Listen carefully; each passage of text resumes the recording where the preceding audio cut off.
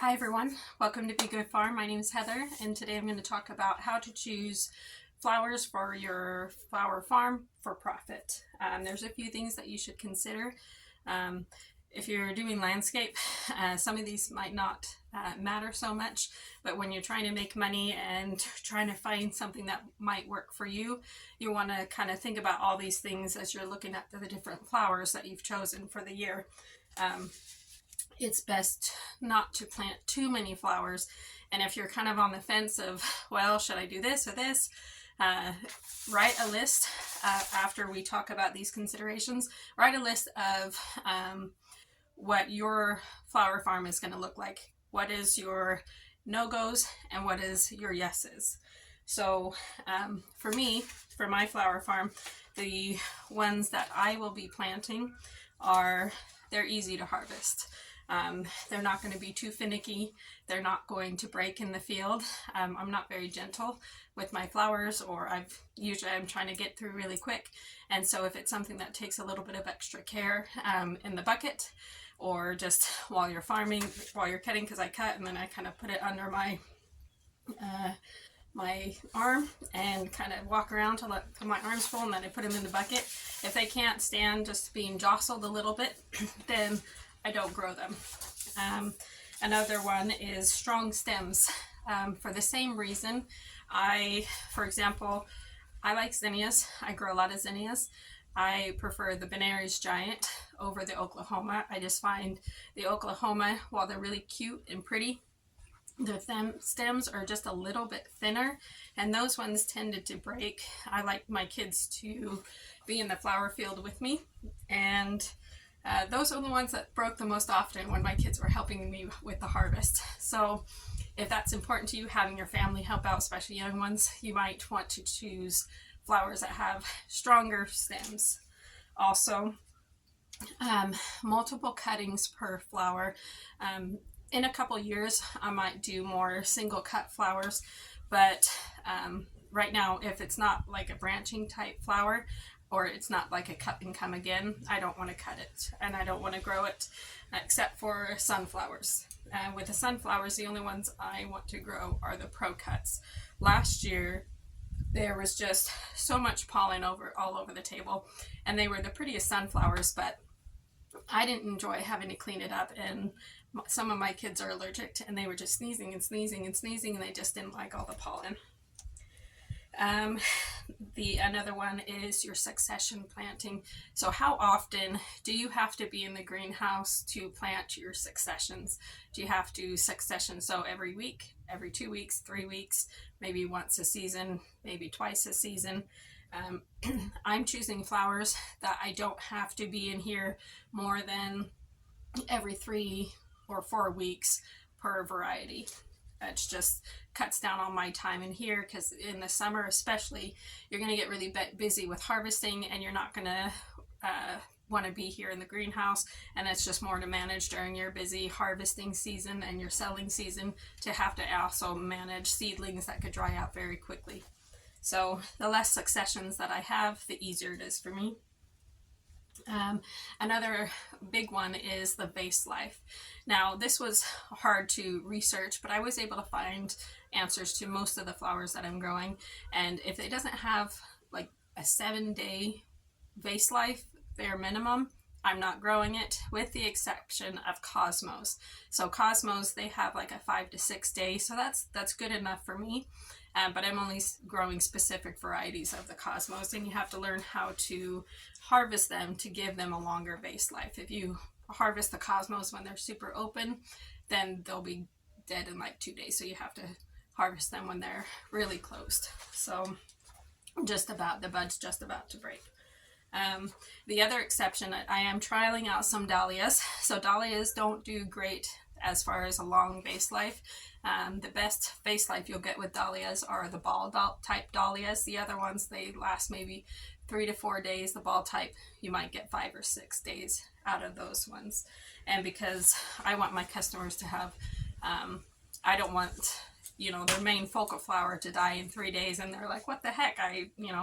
This was one of the reasons I love this bouquet, and now the prettiest one is dead. I don't want that to happen for my customers. So the next consideration might be easy to start the seeds and high germination rate. So unless you're wanting to just kind of go through seeds and just kind of do a winter sow method and you just scatter a bunch in there and just see what comes up. If it's hard to germinate, like some of them might need some cold stratification, that's when you have to put them in the freezer. So if you're a little absent-minded like me and you forget to put some of your seeds in the freezer and you come and you plant them outside, they may not germinate as well for you. So if you're constantly trying to grow a seed that's just not working, not germinating, you might just want to cut that from your list. So I've covered this a little bit, but the fussy flowers, ones that take a little bit too much conditioning, like they might have to be harvested maybe 2 or 3 days beforehand in order to prevent wilt, or they need some flowers need to be cut and then they need to be dipped in like a hot water bath and then put in the bucket before, otherwise they'll just wilt. So that might be something that you want to look for. Also, any flower that you're just trying to grow and each year it's just a poor performer for whatever reason, if it's not easy for you, don't grow it. There's going to be plenty of other flowers that are going to be options for you. The other one is I'm not interested in any refrigeration this year, so that cuts out most cool season flowers. So tulips are out because some of those need some chill hours, or they need to go in the cooler after harvest to make sure that their bloom doesn't burst open too quickly, and you want to kind of keep that bud stage. Anything that needs that, I'm just not growing. I don't have a cooler and I don't want to sacrifice one of my refrigerators for that either. Stem length is another one. So I need a minimum of 18 inches stem length for my mixed bouquets. I'm also not growing any poisonous plants. So anything that might be poisonous to cats, like lilies. Cats, they can die if they eat them. Some of them are, you get itchy with their sap, or they're just poisonous to kids, things like that.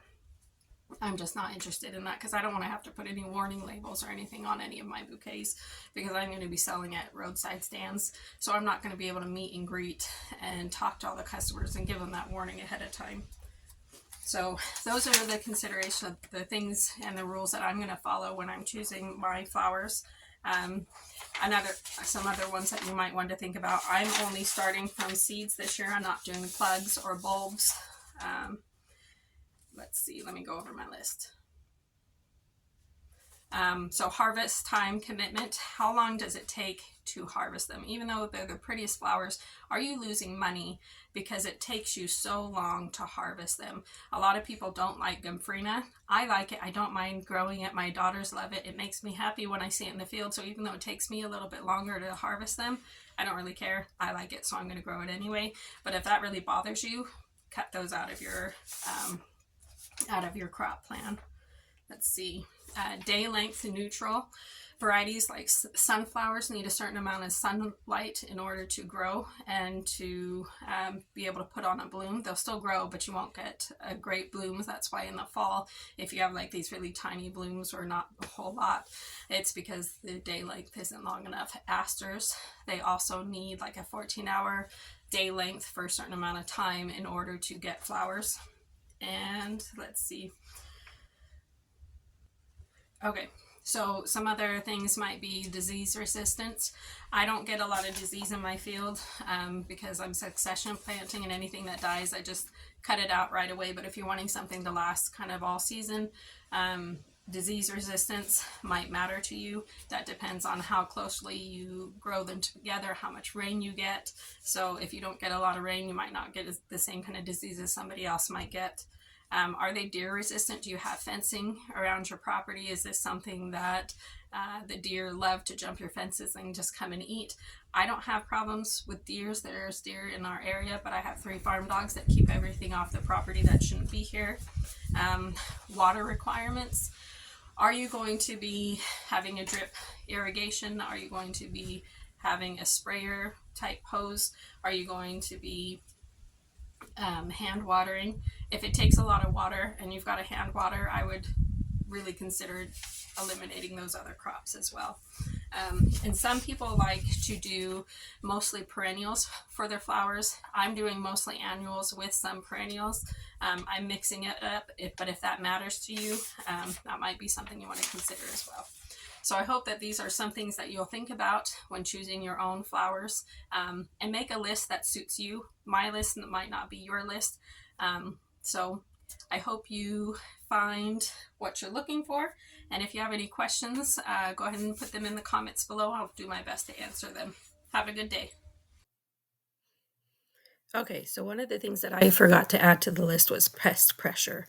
So one of the reasons I'm not growing amaranth this year, even though I love it, it's beautiful. Everybody just has it in every bouquet, and it's just stunning. I don't grow it because I've heard the pest pressure is just so terrible. I grew it in my vegetable garden this year, and they didn't do well. They just always had cucumber beetles all over them, and that's not something that I want to attract into my flower garden. So for that reason, I'm not growing amaranth. So you might want to kind of consider the pest pressure for some of the other varieties. And one last thing, I'm sure I've missed some things, and if I have, go ahead and comment it below and I can add them to the list. One of the things is, does it need a hoop house or covering? Are you going to have to be in the field on a really cold day and tuck down your hoop house coverings, or do they need a greenhouse to be able to encourage enough stem length for you? Or, do you just have too much cold and too much frost to grow that particular flower without the proper covering? I'm not doing any hoop houses or any covering. I want to make it as easy as possible for myself. So that cuts out a lot of flowers that I would grow. Well, I hope this helps you, and let me know if there's anything that you hadn't thought about that you're like, oh, definitely got to add this to my list. Comment below. Thank you. Have a good day.